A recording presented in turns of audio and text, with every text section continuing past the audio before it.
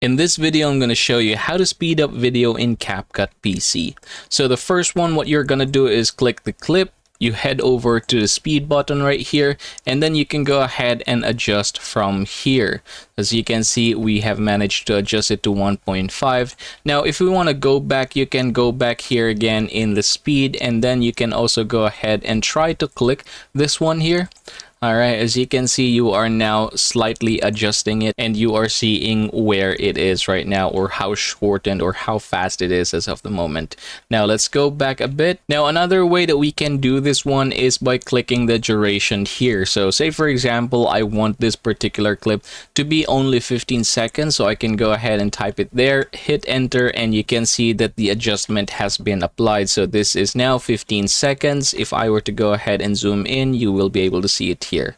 Now the fourth way to do this one is by clicking the clip here. You're going to head over to the speed button here, and you should be able to adjust it manually here. Say for example, you want to fit this at a particular place in your timeline, you can definitely do it just like so. You can also go ahead and drag it. There you go, if you want to slow-mo it, but yeah, that is another way to do it. Now last but not the least, this is going to be the fifth way. I want you to go ahead and click on your clip.